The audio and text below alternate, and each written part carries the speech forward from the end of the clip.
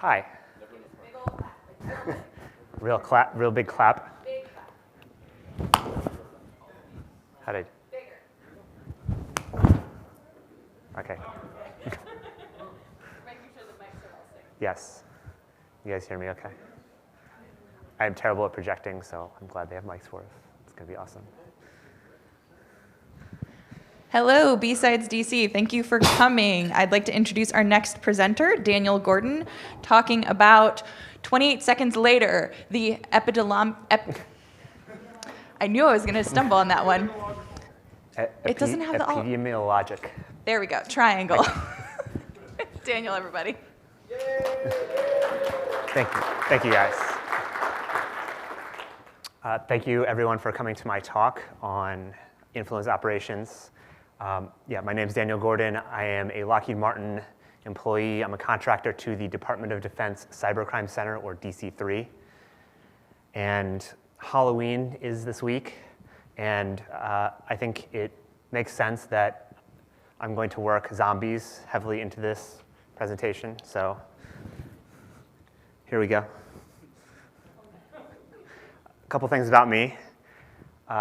I am a threat intelligence analyst and incident responder by profession.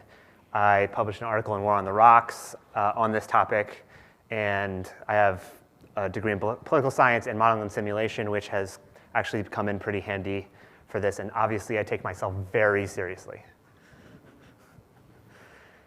All right, so let's get started. I did want to acknowledge a number of folks who contributed content to this presentation.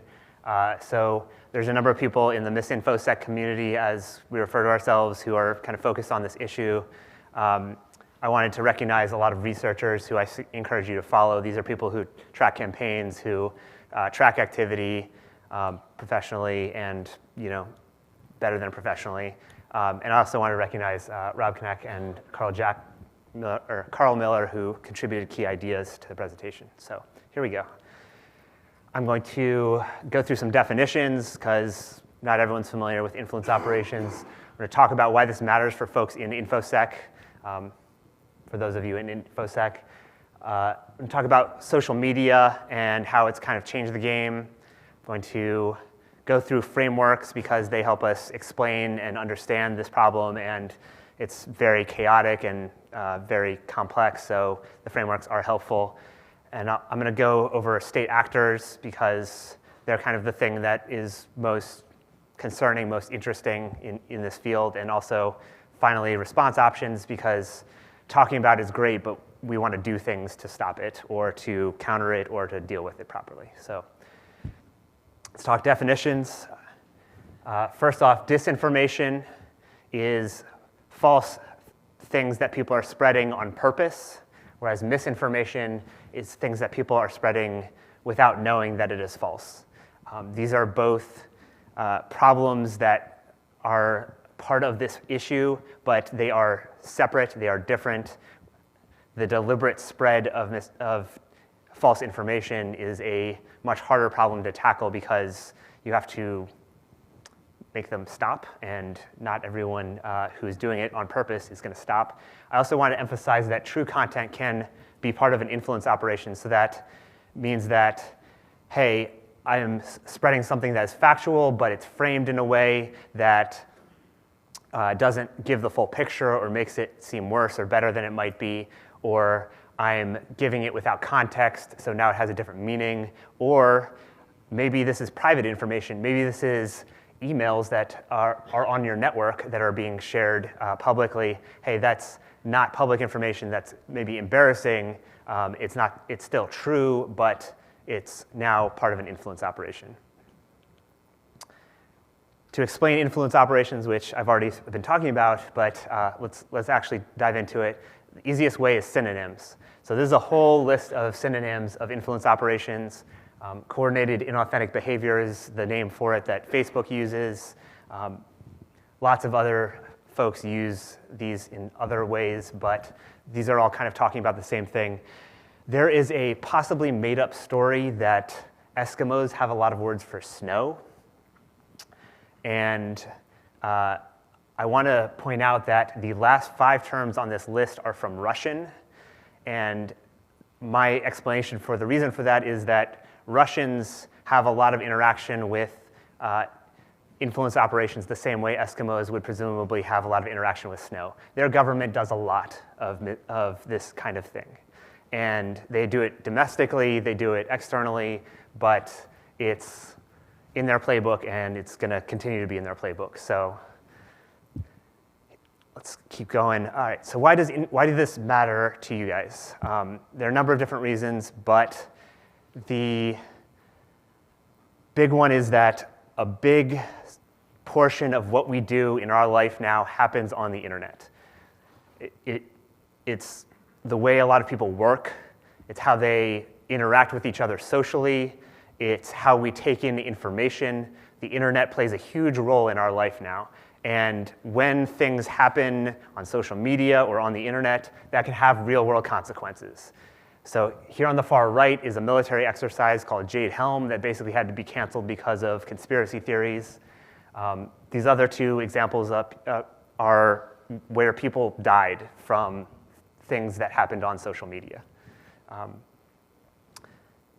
That's part of why it matters. More specifically for you guys, it matters because, as I mentioned before, content on a network that has been hacked and released is now part of an influence operation, and that is a tactic in the tool set of adversaries now. This particular example is some Russian GRU agents that were arrested while attempting to hack into the Organization for Prohibition of Chemical Weapons. And when they were captured along with their equipment, it became obvious from looking at stored wireless networks on the laptops that they had been involved in attempts against a lot of these other organizations. Now, if you look through this list, there's a lot of disinformation around this, but more specifically, there's been a lot of leaked content from hacks. So this is part of their playbook. This is something you guys should think about if you're defending a network, that folks are going to conduct an influence operation using your data if that is part of their goal. And it clearly is for the Russian GRU.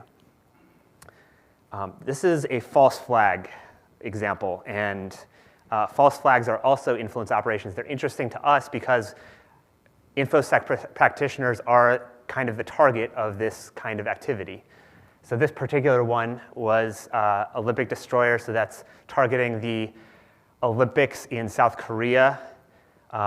This was definitely a false flag attempt. They used code similar to code previously used by a suspected North Korean actor. They slapped a rich header on top of some of their executables. They were using encoding and encryption techniques that had previously been observed used by North Korean activity. But this was conducted by a Russian group. This is the North Korean code on the left and Russian code on the right. They were clearly trying to imitate previously conducted activity. They're trying to fool us as infosec professionals, and they were actually successful in some cases. I think now everyone realizes what actually happened. So false flags are something we often think about, and I wanted to share this quote, my favorite quote about this from Machiavelli. A military operation involves deception. Even though you are competent, appear to be incompetent, though effective, appear to be ineffective. This isn't actually a quote from Machiavelli. In fact, this isn't even a picture of Machiavelli, that's Isaac Newton. But the point is that the way information is presented and framed can definitely convince you of something, and I'm guessing some of you did not know that that was not Machiavelli when I read it. So this is actually a quote from Sun Tzu, because it's basically mandatory to have a Sun Tzu quote in a cybersecurity presentation. So So now I've talked about why this should matter to you guys. We're going to talk about social media and how it's kind of changed the game a little bit. First off, I wanted to bring up that there are a lot of platforms out there, Some are US-based, but there are a lot of big ones that are not. The US-based ones often have significant populations in other countries. That means they they have to balance concerns of doing business in those countries with doing business in the US. And you have laws that are different, you have norms that are different. It gets very, very complicated. I also wanted to point out that TikTok is a Chinese app. TikTok is the fastest growing app in the US, so something to be aware of. China definitely has different rules than we do. Everyone's paying attention, right? I can take this thing off, right? Cool. All right. I'm taking it off. All right. So this problem is not new. Influence operations existed with previous forms of media. There are things that have been spread over radio, over TV, over newspapers or via newspapers that would definitely qualify as an influence operation. But social media is different. It's different in a few different ways. One is that it's less expensive in a lot of ways. So in order to send out TV signal, you need a TV station. To broadcast radio, you need some kind of radio station as well. But for sharing content on the internet, you need a phone, maybe, or a computer, whatever means that you have to send stuff out. This also means that control of information is decentralized. You don't have a review process. You may not have fact checkers. You may not have folks calling up sources to double check information. You have lots of people contributing things. Information has been democratized, and obviously that in some cases lowers the quality. Yeah. There are lots of folks contributing content to social media. Yes, influencers are a real thing. We're going to kind of focus a little bit on state-sponsored activity because that's the one that's scariest and kind of most malicious sometimes. But there's definitely people doing it for profit, spreading the same kind of thing because it gets them clicks, it gets them money. I also wanted to point out that advertisers have a disproportionate voice in this medium because they're literally spending money to get your attention. And yes, there is a monetary value associated with your clicks, with your eyeballs.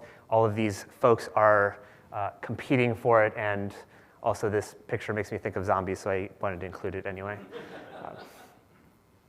Speaking of zombies, it is a truth universally acknowledged that a zombie in possession of brains must be in want of more brains. This is from the documentary Pride and Prejudice and Zombies. This is identical to influence operations, which are targeting brains. The activity on the internet is a means of transmission, but the brains are the goal. It spreads from brain to brain. There are more actors developing capabilities in this realm because they think it's working. People have seen past worldwide events. They say, oh, this is something we can do cheaply, that we're going to get into this game. It used to be just ISIS, Internet Research Agency, maybe that folks had heard of. But this is just a list, and this is just a subset of ones that have been officially taken down, in some cases by platforms, and it's likely going to grow a lot more. So now that I've talked about social media a little bit, let's talk about some frameworks. First, let's talk about why frameworks, because not everyone's on board. Frameworks give us a way to do defense in depth. It gives us a way to describe this activity in a systematic way so people don't get confused talking to each other about what's going on. This example is the Lockheed Martin cyber kill chain, which I know everyone laughs because it's now a little bit long in the tooth, but it was groundbreaking. It gave people a clear idea of conventional hacking activity and how to counter it and treat it in a defense in depth means approach, and kind of make the whole thing systematic instead of chaotic. And we're going to talk about some frameworks for influence operations to attempt to do the same thing. Leading into that, micro-targeting is a way to specifically send information at individuals or a large group of people or a small group of people, depending on your desire. People self-reveal a lot of information about themselves online and also accidentally reveal that information. But some platforms give you the means to send information to a specific demographic, specific geography, and tailor your information accordingly. This is a micro-targeting campaign. And this is one way that social media has changed things, but it's also a reflection of adversary activity where they have delivered information, they see immediately how you react to it, and they can then change their tactics accordingly. In 2016, the Russian IRA had a campaign pattern like this of about 24 hours. And for those of you who have spent time in the military or are familiar with this kind of thing, this is an OODA loop. It's meant to describe what pilots go through when they're trying to shoot down an enemy aircraft. It's the decision-making process, reaction, and this is the same kind of thing, but obviously applied to the internet and influence operations. The next framework is, we're going to talk about bot activity. So some bots are easy to spot, like this one in the lower right that says, Eric Young, just a woman who loves Jesus. There's a lot of, we'll say, low-hanging fruit in terms of bots that people can easily spot, but that's not necessarily always the case. Bots are still a tool used by adversaries to amplify things that wouldn't necessarily travel organically. But not all the activity is automated, so I created a scale to describe the spectrum of automation based on the pilot authorization and control of tasks framework, which again talks about how pilots control planes either with autopilot or using manual controls. And the idea is that there's some fully automated bot activity that literally is just taking in information from other things happening on the internet and reacting to it. But there are a number of cases where activity is both automated and manual, or some parts of it are automated. And at the other end of the spectrum is sock puppet accounts, which is fake accounts, or just official accounts that are being used to spread influence operations. All right, so back to this OODA loop for a second. This is the adversary. This is what they're doing. They've got longer-term goals in mind, and those are in the middle. They want to build up an audience so their message spreads more effectively. Maybe not too much of an audience, because if it gets too big, platforms may notice and take action. In general, they want to evade attribution, but there's an asterisk on that, which I'll explain in a second. Adversaries have started realizing that it's cheaper if they don't have to develop stuff themselves, if they can just find somebody who has a message that they want to spread, maybe they want to just create division, that's a common tactic. That allows them to kind of cut out the development process, and hey, now they're just amplifying folks that are carrying the message that they want to share. So the reason I put an asterisk on evade attribution is because bad guys have heard of the Streisand Effect. Are you guys familiar with the Streisand Effect? So this is where trying to hide something or make it not spread makes it spread more, to the point where this is now called the Streisand Effect. So sorry, Barbara Streisand.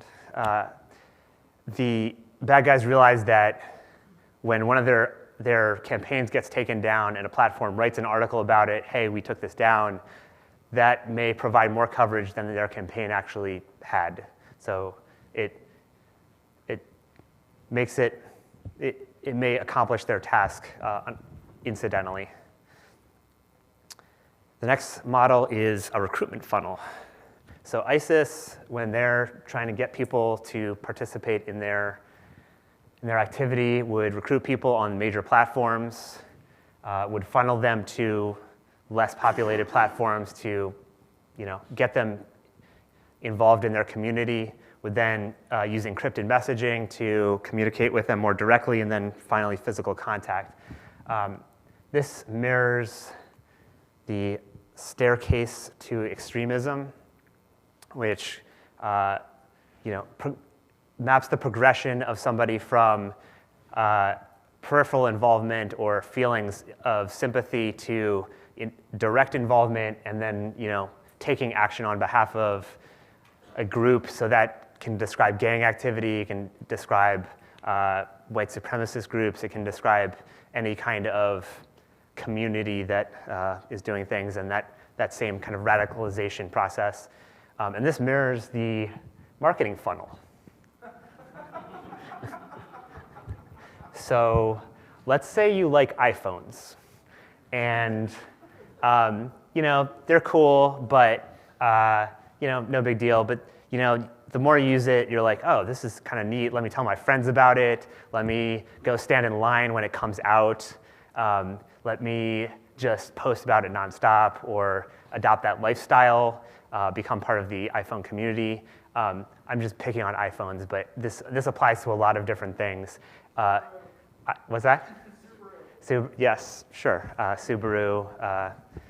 There are an infinite number of examples of this, but I'm not saying that marketing and ISIS are the same thing, but sorry, Claire. The techniques involved in these things, the psychology involved in these things are definitely related. These are communities, and they are bringing people into the community and giving them a sense of belonging and involving them in this process, and that psychological phenomenon is definitely related. This also happens with politics, which I will touch on later carefully. So this is the title, the titular triangle. I'm going to attempt to say it, the epidemiologic triangle. This is from the Centers for Disease Control and Prevention, the CDC. This describes how infectious diseases spread.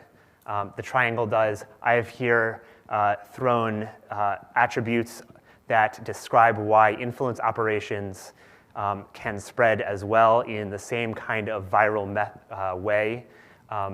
These are all some factors, but there are lots and lots of other things. You could apply this to a significant influence operation, a single influence operation, sorry.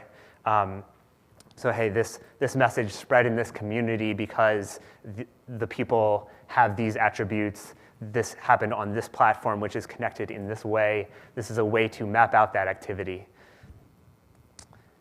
The triangle can also be used to describe things like asthma, which aren't necessarily infectious, but still have attributes explaining why something happened. The next framework is the Amat Framework. This is modeled on the MITRE ATT&CK framework, which I'm sure a lot of you guys are familiar with. This is a screenshot of the GitHub page, so I encourage you guys to go out and check that out. This is put together by folks in the MISINFOSEC community and the Credibility Coalition, and the idea is to, I'm sure you guys can't read that, sorry, but I encourage you to go out and check out the website or the GitHub page. This is intended to granularly describe this activity and then give options and ideas around how you could counter it, how you could respond to it, and more accurately describe it. So now that we've talked about frameworks, I'm going to go into some state actor activity, starting with Russia. Shocking, I know. So in 2016, Russian influence operations used proxies such as WikiLeaks. There were also official media outlets involved, including Russia Today and Sputnik. They are still very active. They used combined, I'm going to do air quotes for this too, because that's a term I came up with myself pretty much, to basically hack, leak, and disseminate information The hack and leak part was definitely conducted by the Russian GRU. That's been publicly attributed now. The dissemination activity was from the Internet Research Agency, which isn't technically associated with the GRU, but there's probably coordination.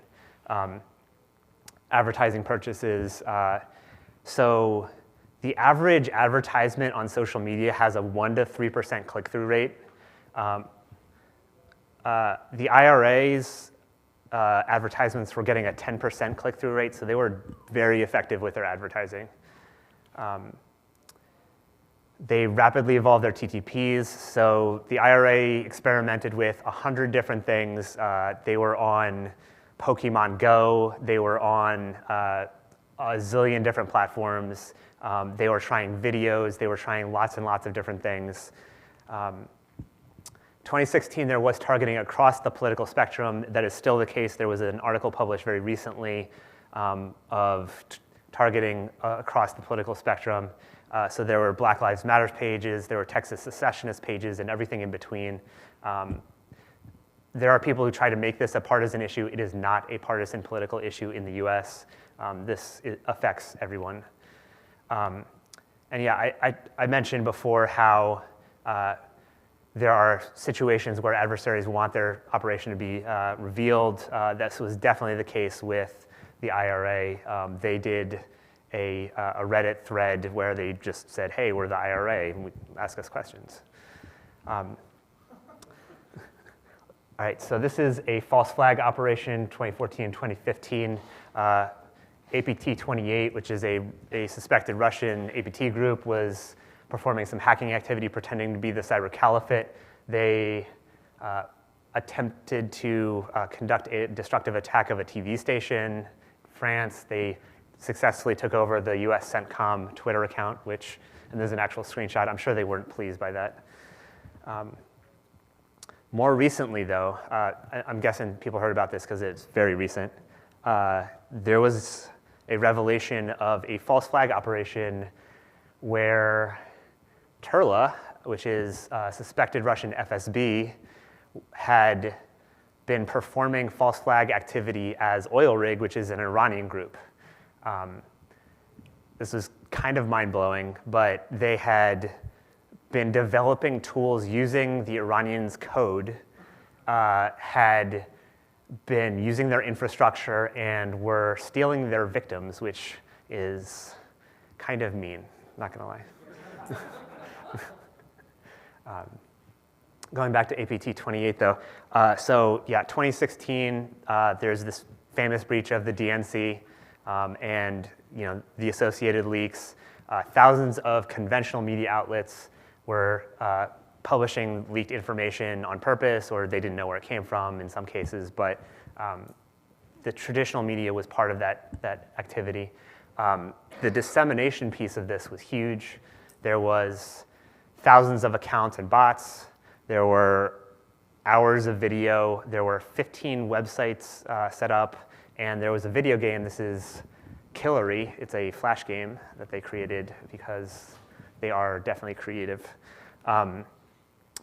According to the Senate report, and this is just based on data from Facebook and Twitter, 126 million Americans were exposed to content from this dissemination effort.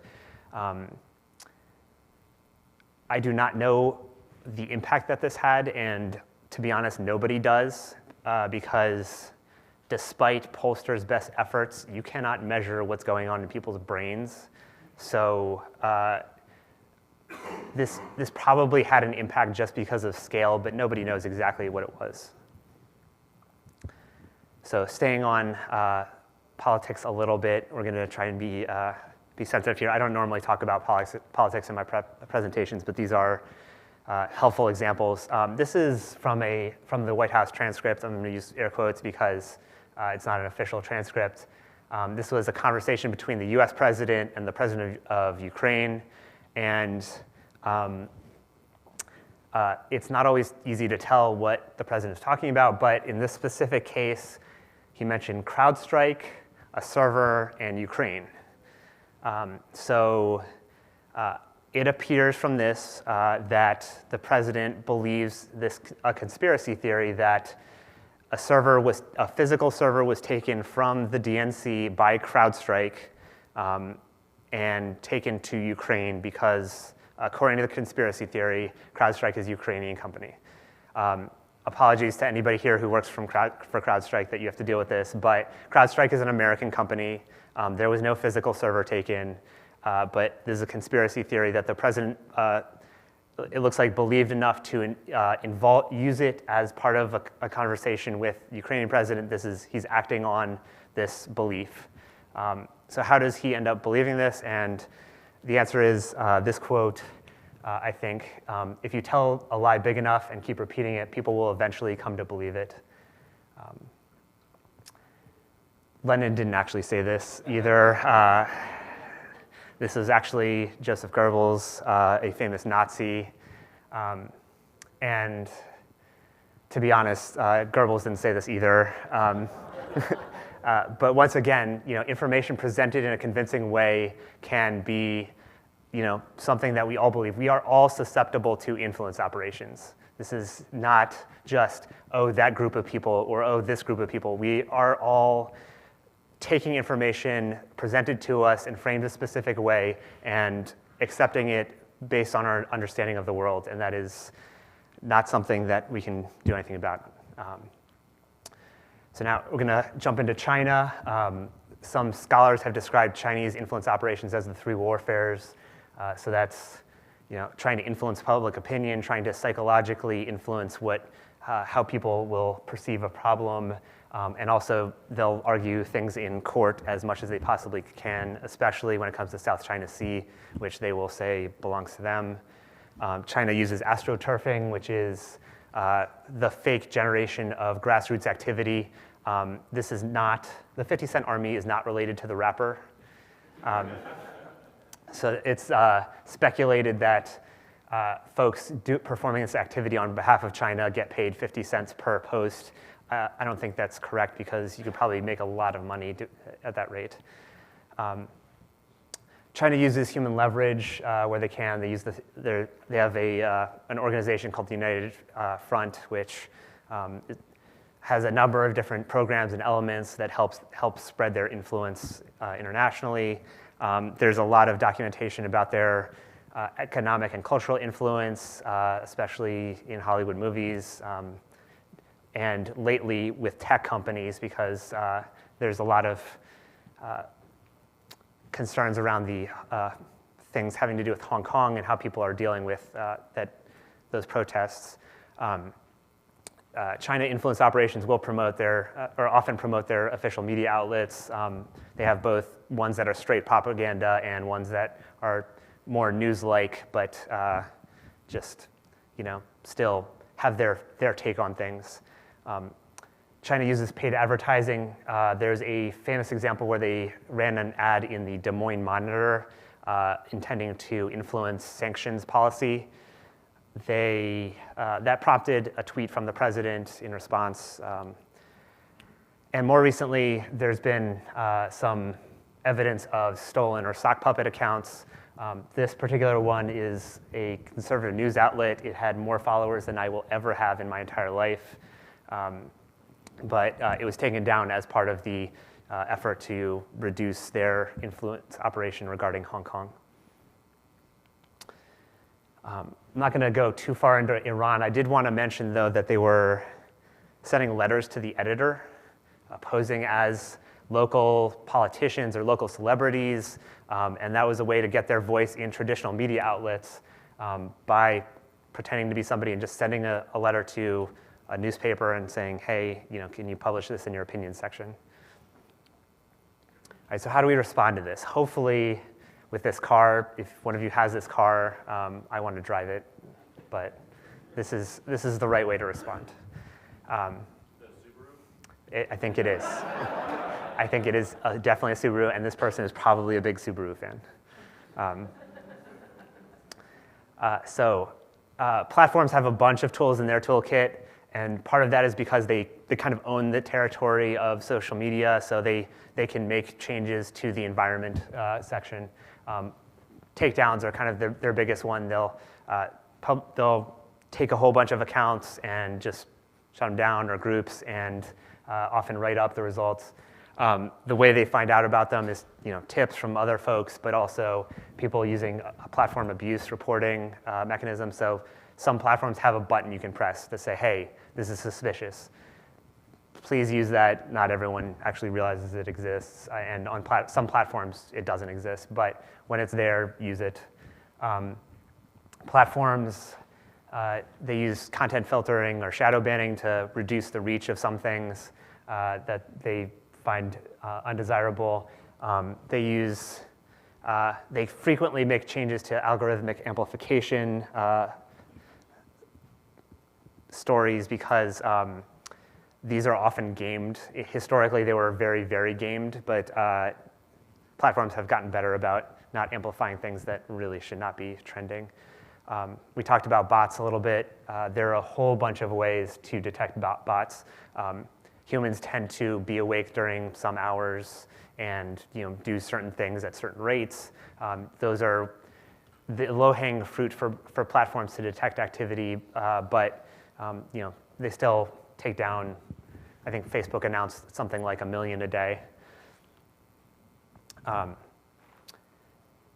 In the name of stopping bots, some platforms are putting things like CAPTCHA to make it harder to just create random accounts. They'll give you more context around an advertisement or a news story to hopefully let you make your own decisions about it.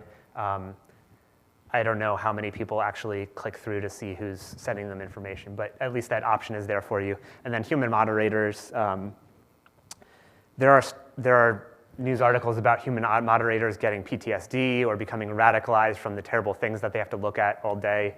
That is really not good, but in order to combat this kind of problem, they kind of have to exist, unfortunately. There is some requirement for human direct decisions on some content. So what are platforms actually doing? We talked about takedowns and the articles that they write up about them. Some of the platforms are actually taking action on bot activity. Twitter is still 20% bots, at least, but they are finally taking action to kind of cut down on that. Pinterest realized that they had a problem with anti-vaccination rhetoric, so they changed how their search results worked, so people who were not spreading misinformation about vaccination would also have a voice. This is the most common platform reaction, though. They don't want to deal with this problem. It's a drag on their resources, and it's a headache in the media, and they really would rather not have to deal with it. So there are a number of platforms that just don't. They just don't deal with it. So what other options are available? Law enforcement can infiltrate some distributed groups like ISIS, like Anonymous. Anonymous still exists, but they're not as effective as they used to be or as scary. No offense if anyone from Anonymous is in the room, please don't mess with me. But this solution is unlikely to work against a state-sponsored activity coming from a building in Russia because it's from a building in Russia and infiltrating it is not easy. Speaking of a building in Russia, though, indicting people and conducting hacks on their infrastructure is a way to respond. These are of limited utility. Nobody indicted in this indictment, in this particular one that I've got a screenshot of here, is likely to go anywhere where they will be extradited. So they'll never see jail time from this, but it'll still call attention to the activity, and hopefully taking down their internet does actually have some impact. So what do I recommend for you guys specifically? First off, please think about what you post on social media. Think about what you believe on social media and what you read. Use resources like Media Bias Fact Check to look for bias, to look for reliability of information. Both of those are something that you can get from that website, but also by just kind of double checking things. I encourage you guys to tip things that you find to platforms or to other folks that can actually respond to it. please go to this GitHub page and contribute. If you want to fork it, if you want to build something from it, that would be awesome. And please support researchers, people who do fact-checking, because they are also helping solve this problem or solve some aspects of this problem. Please check out DFR Labs. They're part of the Atlantic Council. They do fantastic work around influence operations. So, quick summary of what I talked about. Definitions, why this matters to you guys. We talked about social media. We talked about the frameworks to help describe this. Went through some state actors, and we talked about response options. And I just want to leave you guys with this quote, this definitely real quote from Taylor Swift that is actually from Swift on Security, who's a fantastic Twitter account that everyone should follow. That's my presentation. Does anyone have any questions?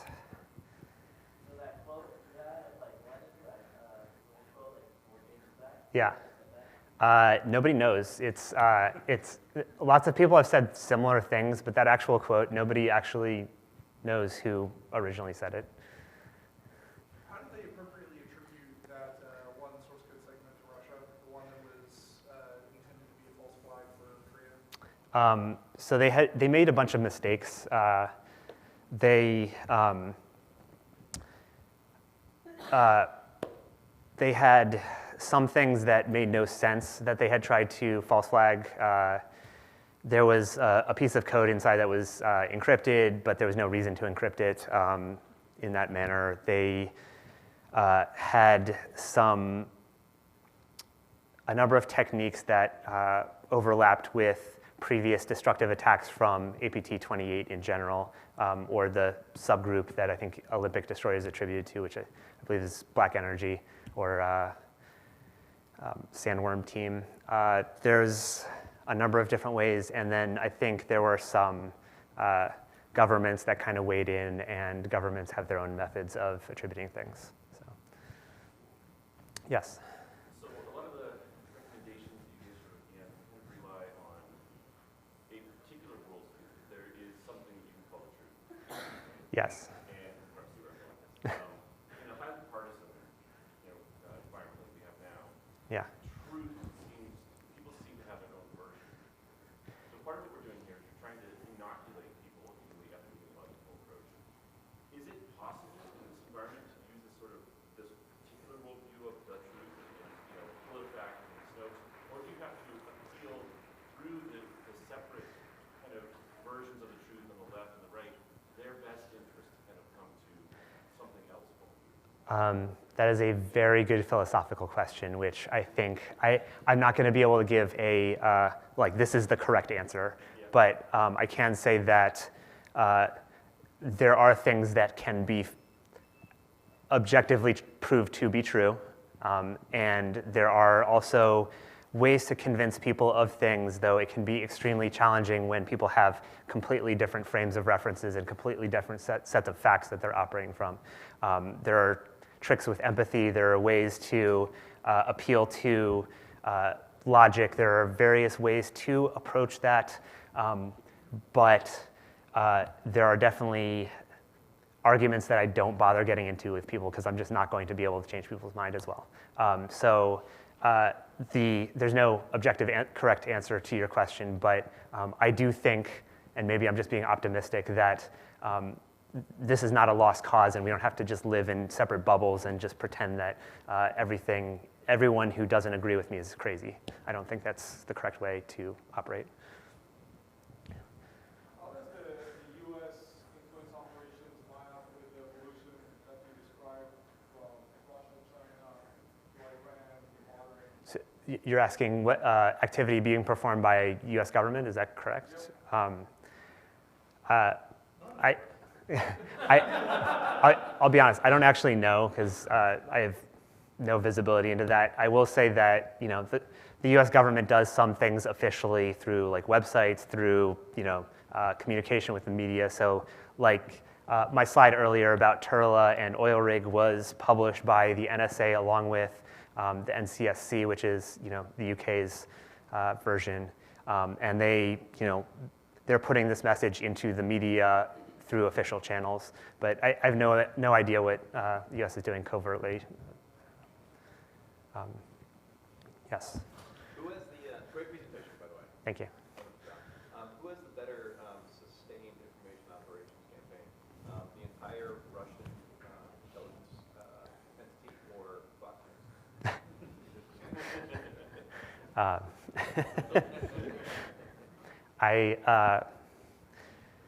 How do you tell the difference? No, I'm kidding.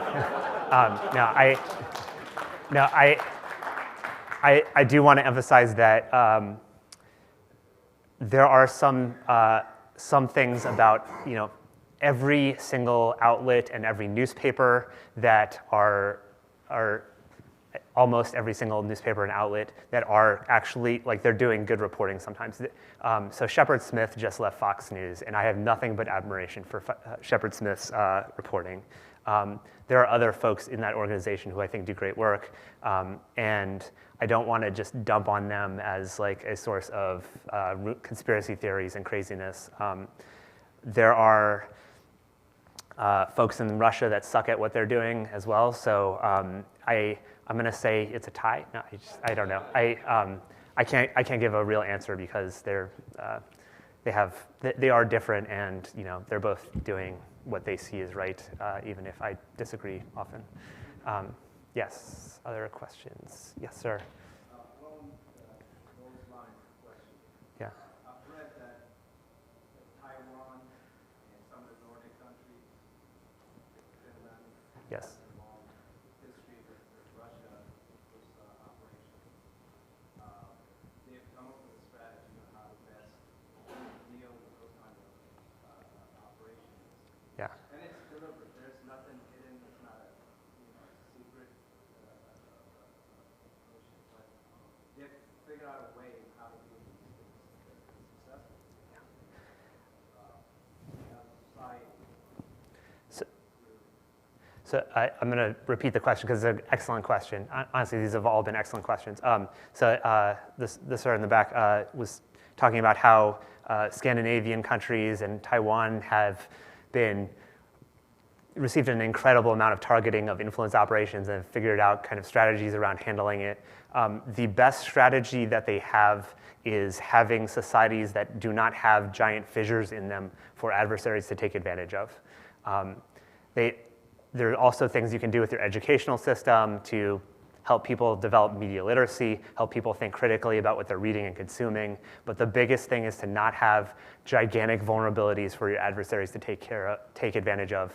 And that kind of applies in InfoSec as well. If you have a gigantic vulnerability in your infrastructure, then your ability to stop your adversary is limited. Is that helpful? Okay. Yes. Hey, John. Hey, Dan, good talk. Thanks. We're researching the Facebook, Russian activity. Do you come across any of the information related to the groups that they would like micro-target for actual in-person rallies and then sort of like hand it off to a U.S. person? Because I'm not sure people understand. There are real legal consequences to not understanding this problem. I don't know. You didn't mention it. I don't know if you came across that. Yeah.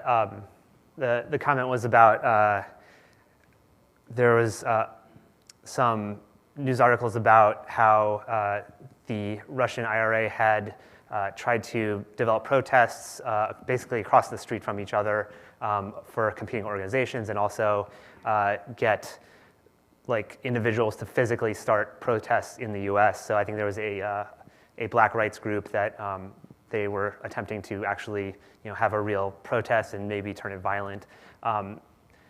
They had limited success with that, but it's absolutely a significant goal for adversaries to have real, tangible, real impact that isn't just changing minds on the internet, that will actually probably manifest itself more in the future, though maybe not in quite as overt ways of let's have two protests across the street from each other and see if we can start some violence that way. Yes, sir. You mentioned a lot of states, a lot of nations. Do you have any input on Cambridge Analytica? Do you think they played a lot into this? They were absolutely trying to create more effective targeting based on all the information that they had collected. I don't know how much impact they had because, again, I can't see into the brains of the people that would have voted one way but ended up voting another way because of advertising targeting from the Cambridge Analytica data. They're an example of a for-profit organization that's definitely trying to get into this kind of game, and that is also likely to continue. But I don't know how much impact they had, sorry. Any other questions? Okay, thank you guys, thank you for coming.